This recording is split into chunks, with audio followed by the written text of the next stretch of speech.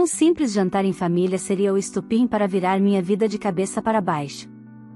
Depois de anos sustentando minha mãe e minha irmã, acreditando que um dia seria valorizada, ouvi a frase que destruiu qualquer ilusão que eu ainda tinha: seu quarto vai ser usado pelo noivo da sua irmã e pelos sogros dele. Pegue suas coisas e saia. Naquele instante, percebi que eu nunca fui filha, eu fui apenas a fonte de dinheiro daquela casa. Mas o que ninguém esperava era a minha reação. Eu fiz algo que mudou completamente o destino de todos, inclusive o meu, e até hoje minha família não se recuperou das consequências. Quer saber o que aconteceu depois? Então escute essa história até o final. Acredite, você não vai conseguir parar no meio. Olá, seja bem-vindo ao canal Histórias Surpreendentes. Curta e se inscreva nesse canal, aproveite e ative as notificações, comente aqui de qual cidade você está assistindo, vou adorar saber e deixar um coração no seu comentário. Vale lembrar que os nossos vídeos não são relatos reais, são histórias voltadas apenas para o entretenimento. Toda a criação e edição são feitas pelo proprietário do canal. Meu nome é Luana Almeida, tenho 29 anos e, desde que me entendo por gente, aprendi que dentro da minha própria casa eu era sempre a última opção. Cresci ouvindo que eu precisava ser forte, segurar as pontas, dar exemplo, enquanto minha irmã mais nova, Camila, era tratada como uma joia delicada, incapaz de enfrentar qualquer dificuldade. Quando nosso pai abandonou a família, sem olhar para trás, sem pagar pensão, sem assumir nada, minha mãe, Dona Teresa, encontrou em mim a muleta perfeita para evitar qualquer responsabilidade. Aos 15 anos já trabalhava meio período em uma farmácia do bairro. Aos 18, dividia estudos e 2 empregos. Aos 21, fui contratada como auxiliar administrativa em uma metalúrgica e, aos poucos, fui crescendo lá dentro. Mas essa ascensão nunca foi realmente minha. Era sempre seguida de frases como: que bom, agora você pode ajudar mais em casa. Você ganha melhor que muita gente, não reclame. Sua irmã ainda está se encontrando, você precisa ajudar. E eu ajudava. Ajudava tanto que, no fim do mês, quase nada sobrava para mim. Pagava aluguel, água, luz, internet, compras de mercado, remédios da minha mãe, roupas da minha irmã e até as festas que Camila inventava que precisava vir. A casa onde morávamos, um sobrado simples em Guarulhos, estava no meu nome, embora minha mãe adorasse repetir que ela é a chefe da casa. Com o tempo, Camila começou a namorar Renan, um rapaz preguiçoso, sempre com desculpas para não trabalhar. A família dele era parecida: o pai, seu Joel, vivia pulando de emprego em emprego, a mãe, Dona Marli, dizia sofrer de problemas emocionais sempre que precisava assumir qualquer responsabilidade. Eu nunca gostei deles, mas tentava manter distância para evitar confusão. Só que evitar confusão, naquela casa, era impossível. O clima sempre foi de manipulação, culpa e cobrança. Enquanto eu carregava o mundo nas costas, minha mãe e Camila viviam como se estivessem em um resort pago pelo meu suor. A cada ano, eu prometia a mim mesma que criaria coragem para sair dali, mas sempre aparecia algo novo que me prendia: despesas extras, chantagens emocionais, chantagens financeiras. O golpe final, no entanto, veio de maneira inesperada. Numa sexta-feira à noite, cheguei do trabalho esgotada, depois de enfrentar trânsito, atrasos e uma pilha de documentos. A mesa estava posta, o cheiro de comida era bom, e por um segundo pensei que talvez algo estivesse melhorando. Mas não. Era só o início do pior. Sentamos para jantar e, antes mesmo de eu pegar o garfo, minha mãe limpou a garganta como quem se prepara para dar uma notícia importante. Camila sorriu, aquele sorriso vitorioso que me dava calafrios desde a infância. E então minha mãe disse, com a maior naturalidade do mundo, como se estivesse comentando sobre o tempo: Luana, a partir da semana que vem, o Renan e os pais dele vão morar aqui. Eles foram despejados e não têm onde ficar. Vamos usar o seu quarto para recebê-los. Pensei que tinha ouvido errado. Mas antes que eu pudesse reagir, Camila completou com deboche: você ganha bem, Luana. Dá para você pagar outro lugar.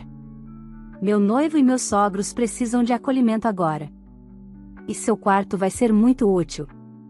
A mesa inteira ficou em silêncio.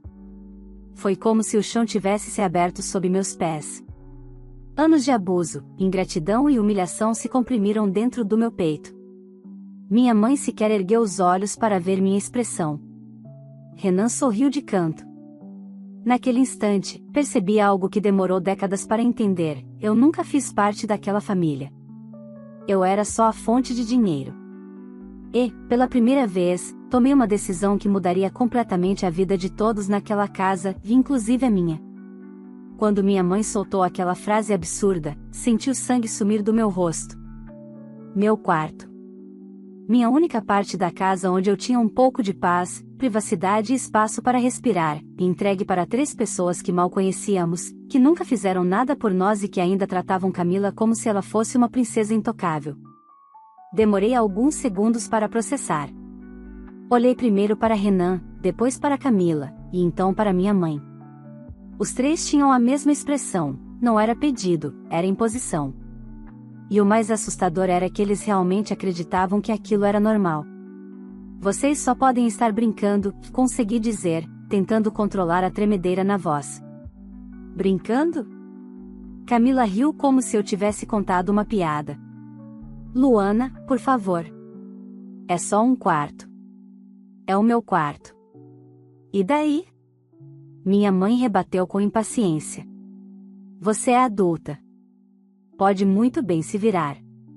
Renan e os pais dele precisam de ajuda. Eles são família agora. Família. Essa palavra doeu como um tapa. Eu passei a vida inteira sustentando aquelas 2 mulheres, e nunca fui tratada como família, apenas como provedora. Mas os sogros da minha irmã, esses eram acolhidos sem esforço algum. Eu ajudei vocês por anos, respondi, finalmente encarando minha mãe de forma direta. Tudo, absolutamente tudo aqui dentro, é pago por mim. E vocês acham justo eu ser expulsa do meu próprio quarto? Não fale assim comigo, ela retrucou. Eu sou sua mãe. E eu sou sua filha, rebati. Mas nunca fui tratada como tal. Renan resolveu se meter. Olha, Luana, ninguém tá te expulsando da casa. É só arrumar outro lugar para dormir. O sofá é grande. Eu ri. Não porque achasse graça, mas porque percebi que, naquele instante, algo dentro de mim tinha finalmente quebrado. O limite que eu nunca permitirá que fosse rompido, tinha sido destruído diante dos meus olhos.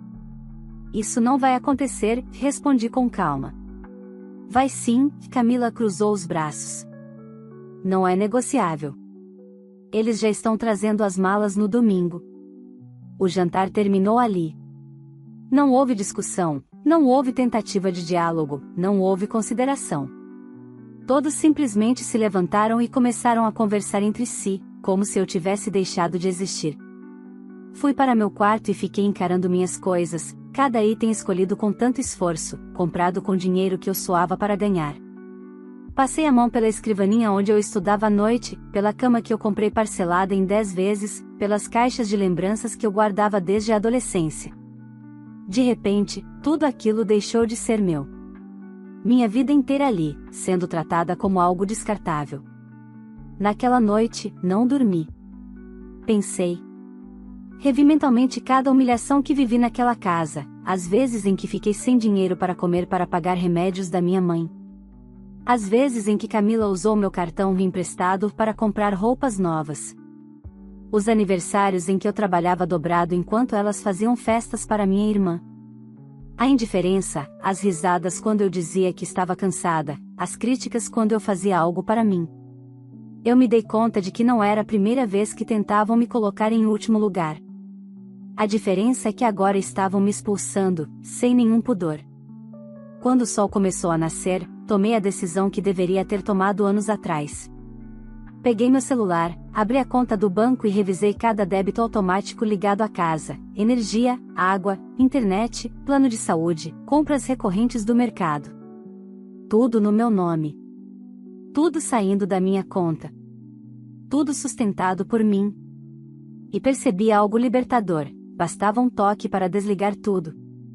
Antes de sair do quarto, olhei pela última vez para o espelho. Vi meu rosto cansado, as olheiras profundas, a postura de alguém que tentou carregar o mundo sozinha. Aquela não seria mais eu.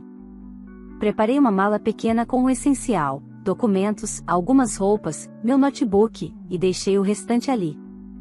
Assim como elas sempre deixaram meus sentimentos para trás. Quando saí para o café da manhã, as 3 estavam sentadas à mesa, conversando animadamente sobre como iam reorganizar a casa para receber a nova família. Renan tinha até feito um desenho no papel sobre onde colocariam a cama dele e dos pais. "Onde você vai com essa mala?" Camila perguntou, confusa. "Fazer exatamente o que vocês pediram", respondi. "Vou sair da casa." "Sabia que você ia entender", disse minha mãe, satisfeita. Mas elas não imaginavam o que vinha depois. "Ah, e só para avisar", completei, pegando as chaves em cima da mesa, "hoje à tarde vou ao banco encerrar todos os pagamentos da casa." Tudo que eu pagava, acabou. O silêncio foi instantâneo. A expressão de choque começou a despontar, primeiro em Camila, depois em Renan, e só então na minha mãe. "Como assim?" Ela perguntou, num fio de voz. "Exatamente como parece. Vocês querem que eu saia? Ótimo. Mas eu não sustento ninguém mais." Saí pela porta sem olhar para trás. E, pela primeira vez na vida, senti o gostinho verdadeiro da liberdade. Saí daquela casa com a mala nas mãos e o coração pulsando tão forte que parecia querer atravessar o peito. O ar da manhã era fresco, mas eu tremia por dentro, não de medo, mas da sensação inédita de estar tomando o controle da própria vida. Caminhei até o ponto de ônibus como se estivesse andando nas nuvens. Era estranho, libertador, assustador e maravilhoso ao mesmo tempo. Peguei o ônibus para o trabalho, mas meu foco estava longe dos relatórios e e-mails pendentes. Passei todo o trajeto revisando cada gasto que eu sustentava por anos, as contas de luz sempre altas porque Camila passava horas no secador e na chapinha, a água que subia absurdamente porque Renan vivia tomando banhos infinitos sempre que dormia lá, o plano de internet de fibra ótica que elas diziam ser-lhe essencial para trabalhar, mas que nunca era usado por trabalho, e sim para séries e redes sociais. Cada gasto carregava uma lembrança de ingratidão. Assim que cheguei na empresa, fui direto ao RH pedir a atualização dos meus dados bancários, uma burocracia que eu sempre adiava porque minha mãe adorava conferir meu extrato e dizer como eu devia usar meu próprio salário. Agora não teria mais isso.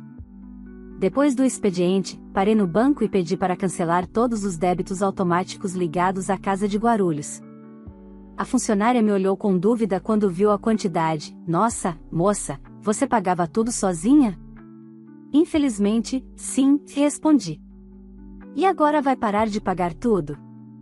"Agora vou começar a viver." Saí de lá com uma leveza tão grande que parecia que eu tinha deixado 10 anos de peso sobre aquela mesa do banco. Em seguida, aluguei um quarto em uma república feminina perto da empresa. Não era luxuoso, mas era meu. Não tinha ninguém me mandando, ninguém gritando meu nome para pedir dinheiro, ninguém reclamando se eu chegasse tarde. Paguei o primeiro mês adiantado e recebi as chaves de imediato. A sensação de girar aquela chave na porta nova, foi como renascer. No mesmo dia, deixei meu celular no modo silencioso. Sabia que, mais cedo ou mais tarde, as ligações viriam, e vieram. Ainda antes de anoitecer, encontrei mais de 15 chamadas perdidas de minha mãe, umas 10 de Camila e 3 de números desconhecidos, provavelmente Renan. Não atendi nenhuma. Às 8 da noite, o celular vibrou novamente. Era uma mensagem da minha mãe: "Luana, o que você fez?" "A internet caiu. A luz está prestes a cortar. Você precisa voltar e arrumar isso imediatamente." Respirei fundo. Não respondi. Depois veio outra mensagem: "Você é muito ingrata. Depois de tudo que fiz por você?" Sorri. Ela realmente acreditava que tinha feito alguma coisa. Camila enviou logo em seguida: "Você é ridícula, Luana. Tá fazendo drama. Volta pra casa agora e ativa as contas de novo. Você não pode deixar a família nessa situação." Eu apenas bloqueei o número dela. As mensagens seguintes vieram de Renan: "Luana, você não podia ter feito isso. Meus pais estão chegando no domingo. Como vamos receber eles sem luz? Eu ri sozinha no quarto novo, sentada na minha cama simples, mas silenciosa e só minha. Era irônico, eles estavam preocupados com o bem-estar dos sogros, mas nunca se preocuparam com o meu. Quando cheguei ao trabalho no dia seguinte, a recepcionista me chamou: Luana, sua mãe e sua irmã estão lá fora. Estão esperando você. Meu estômago afundou, mas mantive a postura. Diga que não posso recebê-las, respondi. Elas disseram que é urgente. Diga que mesmo assim eu não posso. A recepcionista hesitou, mas avisou. Pela porta de vidro, vi as duas discutindo com ela, gesticulando, provavelmente chamando minha atenção para que eu olhasse.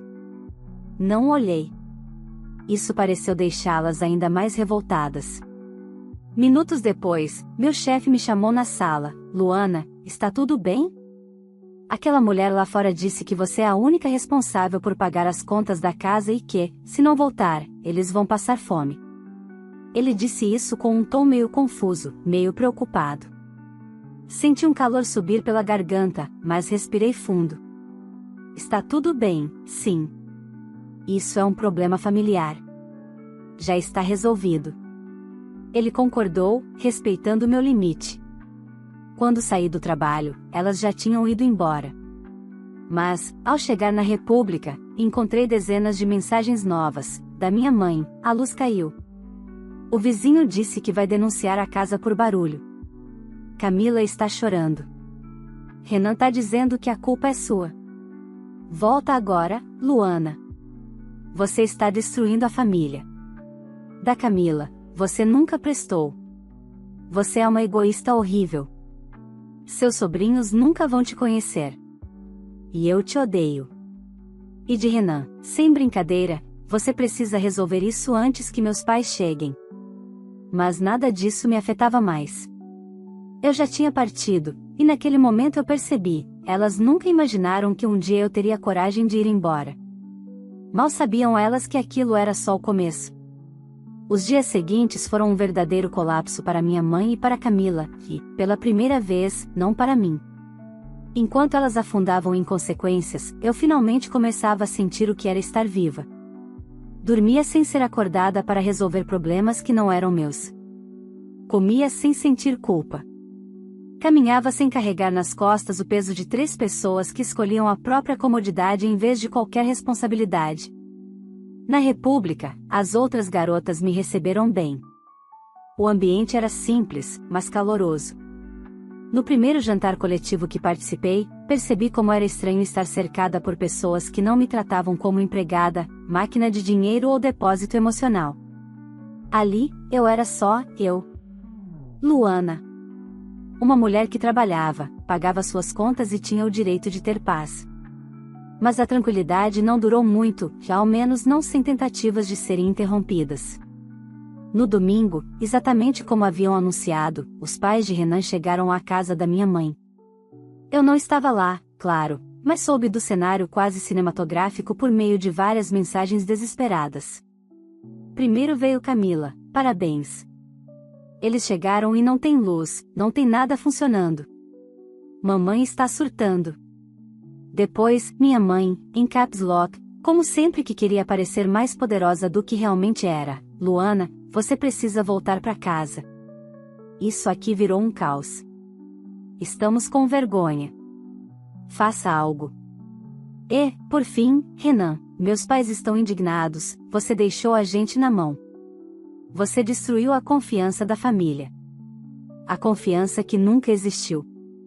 Bloqueei mais alguns números novos e continuei meu dia como qualquer pessoa normal faria. Fiz almoço, lavei minha própria louça, organizei minhas coisas e sentei para assistir uma série que eu vinha adiando havia meses, simplesmente porque nunca tinha silêncio em casa para isso. Horas depois, recebi uma ligação de um número fixo desconhecido. Ignorei. Ligação perdida. Logo em seguida, outra. Ignorada também. Na terceira, decidi atender apenas para evitar suspeitas de ser algo do trabalho. Alô? Disse com cautela. Do outro lado, ouvi uma voz que reconheci imediatamente: Dona Marli, a mãe de Renan. Luana, boa noite. Aqui é a mãe do Renan. Acho que você se lembra de mim. A vontade de desligar era enorme, mas mantive a calma. Lembro sim. Boa noite. Olha, querida, ela começou com aquele tom doce demais para ser real. Houve um mal-entendido. Sua mãe e sua irmã falaram que você se precipitou. As coisas ficaram difíceis aqui, sabe como é, estamos passando por uma fase complicada e contamos com você. Traduzindo, trabalhe para nós também, Luana. Dona Marli, respondi com firmeza, que eu não tenho mais nada a ver com essa situação. Não moro mais aí e não ajudo mais financeiramente. Houve uma pausa silenciosa e pesada do outro lado. Você está sendo muito fria, ela finalmente disse. Sua mãe nos garantiu que você era responsável. Que você tinha condições de ajudar. Eu respirei fundo. Responsável eu sempre fui. O problema é que eu era responsável por todos, menos por mim mesma. Isso acabou.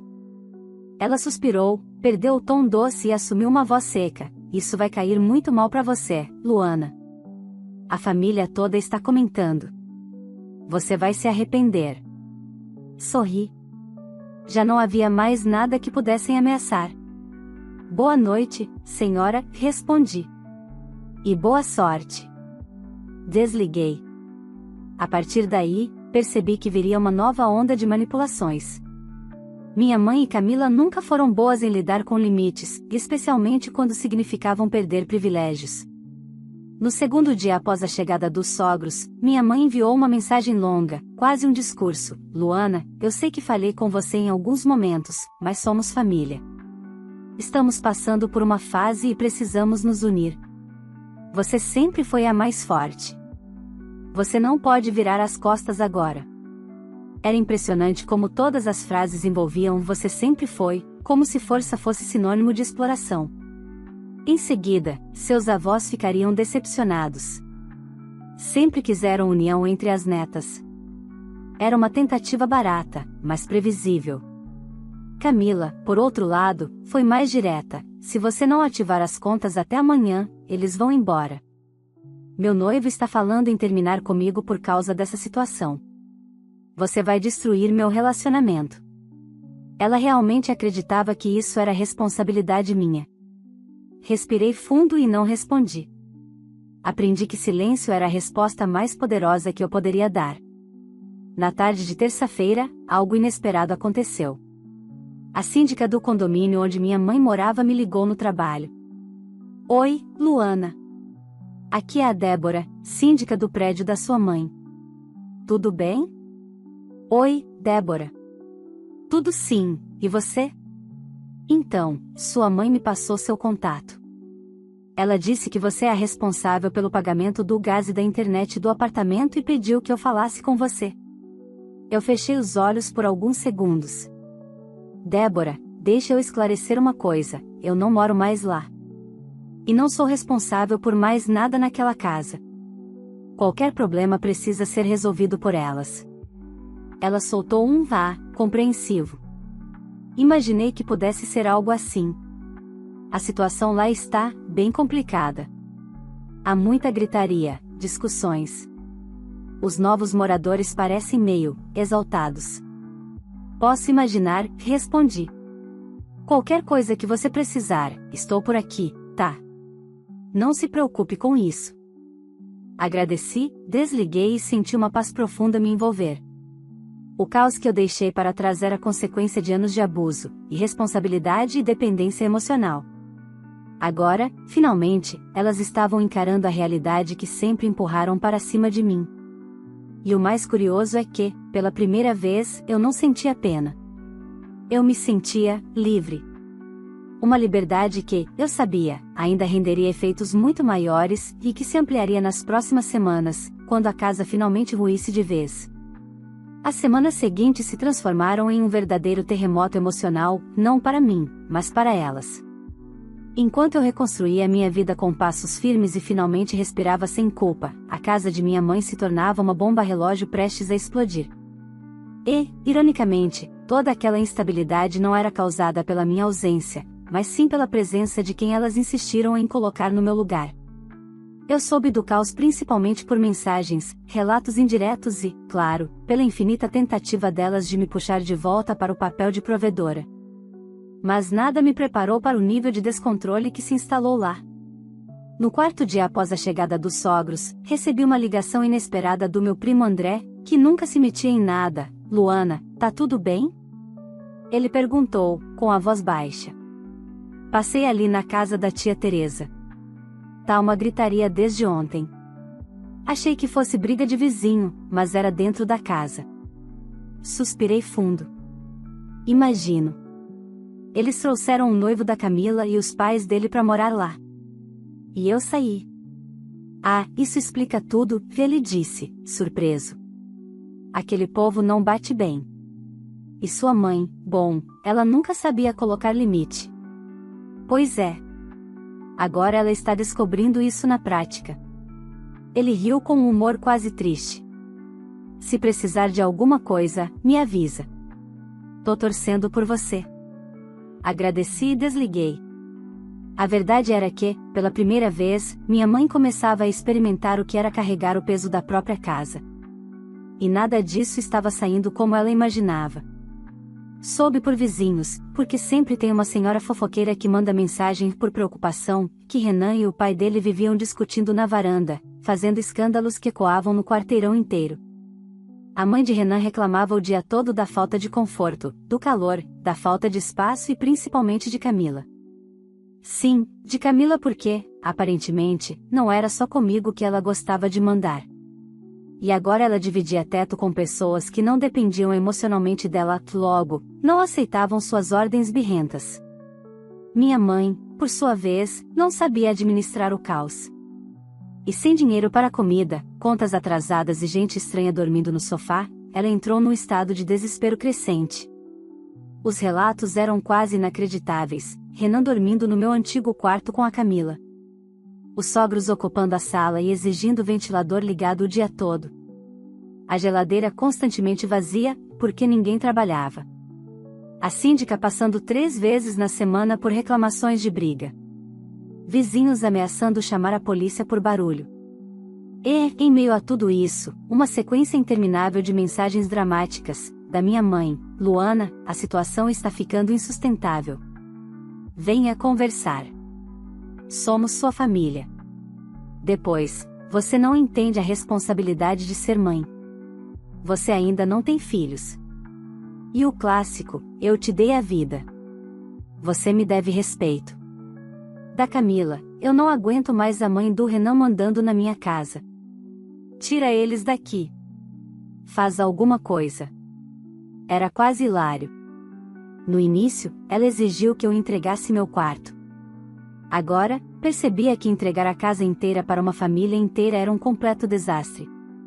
Renan, em outro surto de autoimportância, mandou: Luana, eu vou ser bem direto. Se você não resolver isso, eu vou reunir a família inteira e contar como você abandonou sua mãe. Eu só respondi com um bloco. Cada nova ameaça me dava ainda mais certeza, eu nunca deveria ter ficado naquela casa por tanto tempo. Mas a situação atingiu um novo patamar quando, numa sexta-feira à noite, recebi uma mensagem da síndica: Luana, boa noite. Só para você saber, sua mãe está quase sendo multada. Recebemos denúncias de agressão verbal e perturbação do sossego. O estômago afundou. Não por pena delas, mas por perceber o quão rápido tudo degringolava sem controle. No domingo seguinte, Camila finalmente me enviou uma mensagem completamente diferente do habitual tom arrogante, inacreditável. Renan me largou. Disse que não aguenta mais esse ambiente e que eu sou igual você, uma ingrata. Engoli seco. Não porque senti pena, mas porque a ironia era perfeita demais para ignorar. Camila passou a vida inteira apoiada em mim. E agora tinha apoiado toda a vida no noivo, que, no primeiro sinal de caos, fugiu. Minha mãe mandou outra mensagem mais tarde: Luana, a Marli e o Joel foram embora sem avisar. Levaram coisas daqui. Eu estou desesperada. Venha pra casa. Eu preciso de você. Foi a primeira vez, em muitos anos, que ela disse: eu preciso de você sem exigir nada diretamente. Mas mesmo assim, não mexeu comigo. A essa altura, minha liberdade já tinha criado raízes dentro de mim. Eu dormia bem, alimentava-me melhor, sorria mais, recomeçava meus planos. Não havia espaço para a culpa onde antes havia dor. Eu não voltaria. Não resgataria ninguém. Não pagaria contas. Não estabilizaria um caos criado por escolhas que nunca foram minhas. No fim daquela semana, uma foto enviada pela síndica marcou o ponto sem retorno. A sala da casa que eu sustentara por anos estava completamente vazia, caixas espalhadas pelo chão, objetos quebrados e minha mãe sentada no meio, com a cabeça entre as mãos. Era o retrato perfeito da consequência. E eu, olhando aquela imagem, não senti ódio. Não senti prazer. Não senti pena. Eu senti fim. O fim de uma etapa da minha vida que sempre me foi arrancada. Agora, pela primeira vez, quem tinha o controle era eu, e nada, absolutamente nada, me faria voltar para aquela casa. A ruína delas não era minha culpa. Era a soma de todas as escolhas erradas que fizeram enquanto esperavam que eu suportasse tudo. E agora, faltava apenas o último capítulo, o momento em que cada peça se encaixaria de vez. O colapso final veio mais rápido do que eu imaginava. Na semana seguinte, enquanto eu vivia minha rotina nova com uma tranquilidade quase surreal, as mensagens que minha mãe e Camila mandavam começaram a diminuir. Não porque a situação tivesse melhorado, mas porque elas simplesmente não tinham mais forças para continuar fingindo controle. Eu sabia, por vizinhos e pela síndica, que a relação dentro daquela casa tinha se tornado insustentável. Com os sogros de Renan desaparecidos e levando algumas coisas, Camila sem noivo e sem apoio, e minha mãe atolada em contas que jamais poderia pagar, a situação chegou ao ponto que durante anos tentaram evitar, a responsabilidade finalmente bateu à porta delas. Na quarta-feira à tarde, enquanto eu saía do trabalho, meu celular vibrou com uma mensagem de um número desconhecido. Abri sem muita expectativa. Luana, aqui é a Débora, síndica do prédio. A ordem de despejo saiu. Parecia inevitável. Mas ver aquelas palavras escritas me trouxe um silêncio interno profundo, como se uma parte da minha história estivesse sendo encerrada, oficialmente. Entendi, Débora. Obrigada por me avisar. Eles têm até o fim da semana para retirar tudo, ela continuou, com cuidado na voz. Sua mãe, enfim, está muito abalada. Só queria que você soubesse. Agradeci e desliguei. Não havia nada mais a ser feito, e, pela primeira vez, isso não me destruía. Nos dias seguintes, recebi apenas fragmentos da situação, fotos, áudios vazados, comentários indiretos. A síndica me enviou uma imagem que parecia saída de um filme pós-apocalíptico, caixas rasgadas, roupas jogadas no chão, minha mãe discutindo com Camila na calçada enquanto funcionários de uma transportadora removiam o pouco que restava. O portão do prédio estava aberto, e vizinhos observavam, indignados ou curiosos. Elas não tinham mais para onde ir. Minha mãe acabou alugando um quarto minúsculo em uma pensão velha 2 ruas atrás do centro, o tipo de lugar onde o barulho nunca cessa, o cheiro nunca melhora e a solidão pesa mais que o colchão. Camila teve que dividir a cama com ela por alguns dias, até encontrar uma vaga como atendente temporária em uma loja popular. Era o único emprego que aceitou contratá-la sem referência. Nenhuma delas estava preparada para o mundo real, nenhuma sabia quanto custa manter uma casa. Nenhuma entendia o valor do trabalho. E agora, finalmente, encaravam essa verdade sem terem mais onde se apoiar. Eu me mantive firme. Nunca respondi. Nunca procurei.